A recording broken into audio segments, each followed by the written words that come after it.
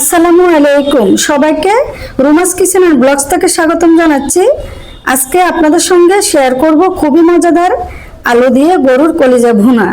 খুব কম সময়ে সহজ উপায়ে এবং দারুণ স্বাদে এই রেসিপিটি তৈরি করা যায়। ভিডিওটি শেষ পর্যন্ত দেখবেন, তাহলে সব টিপস জানতে পারবেন। আসলে গরুর কলিজাটা ঠিকভাবে ভুনা করতে জানলে তাহলে গরুর কলিজা থেকে যে একটা স্মেল আসে সেটা আর আসবে না। তো এখানে আমি প্রথমে গরুর কলিজাটা ভালোভাবে ধুয়ে ছোট ছোট টুকরো করে নিয়েছি। এই যে একেবারে ছোট ছোট করে টুকরো করে নিয়েছি। এরপরে আমি সিদ্ধ করে নেব। চুলা বসিয়ে দিয়েছি যাতে গরুর কলিজার ভিতরে যে একটা ময়লা থাকে, কালো কালো ময়লা থাকে, ওটা যেন পরিষ্কার হয়ে উঠে যায়। ভালোভাবে সিদ্ধ করে নিতে হবে। তা আমি কয়েক মিনিট ধরে সিদ্ধ করে নেব। এই যে দেখেন গরুর কলিজার থেকে অনেকগুলো ময়লা বের হয়েছে। এরপরে কলিজাটা ভালোভাবে ধুয়ে পরিষ্কার করে নিয়েছি। এরপর আলুগুলো খোসা ছাড়িয়ে দুইটা আলু আমি টুকরো করে রেখেছি। এরপর চুলায় একটা প্যান বসিয়ে দিয়েছি। প্যানে প্রায় আমি হাফ কাপের মতো তেল দিয়েছি। তেলটা গরম হয়েছে, এখন পেঁয়াজ কুচি দিয়ে দেব। সুন্দর করে বাদামি হওয়া পর্যন্ত ভেজে নিচ্ছি।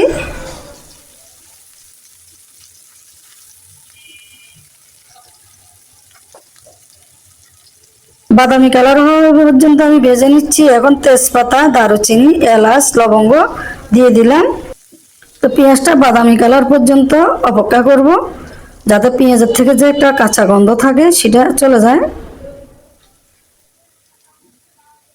তা আমি কিছু পরিমাণ মতো লবণ দিয়েছি যাতে পেঁয়াজটা একটু নরম হয়ে যায়।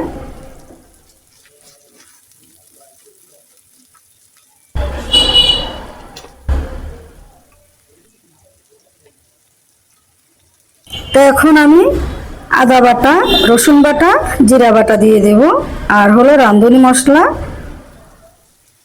তো মশলাটাকে কিছুক্ষণ নেড়ে চেড়ে আমি কষিয়ে নেব।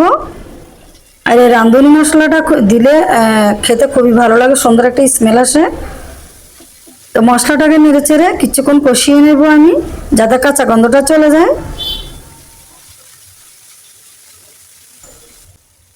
এখন লাল মরিচের গুঁড়া 2 চামচের মতো লাল মরিচের গুঁড়া দেব। মরিচটা খুবই ঝাল।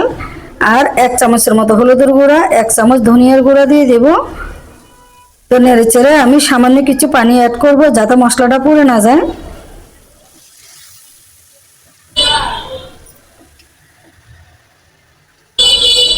মশলাটাকে ভালো করে কষিয়ে নিতে হবে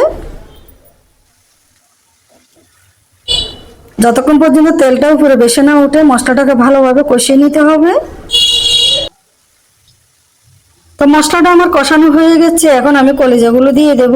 তো নেড়ে চেড়ে মশলার সাথে কলিজাটা মিশিয়ে নেব আমি।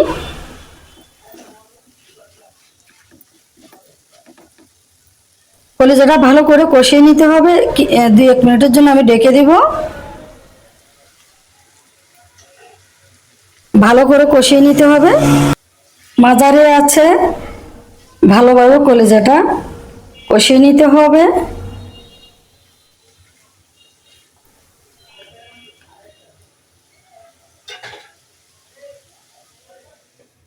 তা আমি আর কিছুক্ষণ ঢেকে দিয়ে দিব।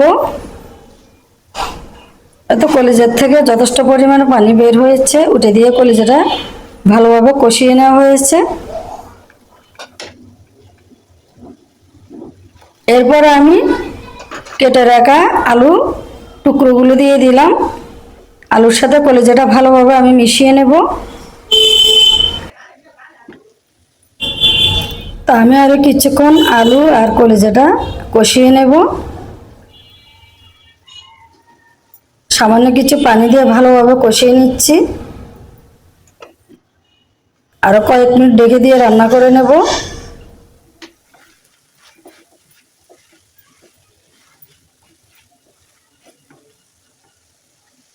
তো এখন আমি পানি অ্যাড করব। কলিজা আর আলুটা কষানো হয়ে গেছে। গরম পানি, 1 মগ গরম পানি দিয়েছি।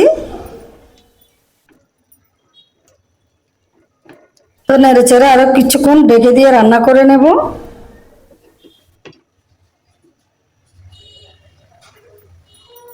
এই তো বলক এসে গেছে।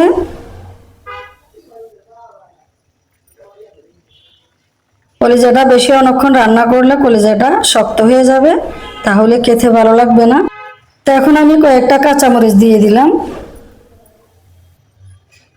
আরো কয়েক মিনিট নেড়ে চেড়ে রান্না করে নেব আমি।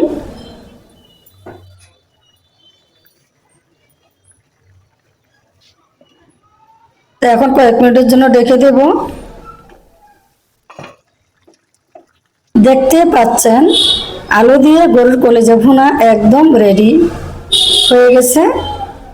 এখন আমি আরো কিছুক্ষণ নেড়ে ছেড়ে ভাজা জিরার গুঁড়া দিয়ে দিব, তাহলে গরুর কলিজার থেকে সুন্দর একটা স্মেল আসবে। এখানে 1 চামচের মতো ভাজা জিরার গুঁড়া দিয়ে দিলাম। গরম গরম রুটি, পরোটা, ভাতের সাথে খেতে অসাধারণ মজা লাগে। তো একদম আলু দিয়ে গরুর কলিজা ভুনাটা তৈরি হয়ে গেল। এখন আমি পরিবেশন করব একটা বাটিতে। যদি আপনাদের কাছে আমার এই ভিডিওটা ভালো লাগে তাহলে একটি লাইক করবেন, কমেন্ট করবেন, আপনাদের মতামত জানাবেন। আর এমন আরো সহজ ও সুস্বাদু রান্নার ভিডিও পেতে আমার চ্যানেলটি সাবস্ক্রাইব করবেন, পাশে থাকা বেল আইকনটি অন করে রাখুন। দেখেন কত সুন্দর লোভনীয় কালার হয়েছে। তো আজকের মতো এখানে বিদায় নিচ্ছি। সবাই ভালো থাকবেন, সুস্থ থাকবেন। আল্লাহ হাফেজ।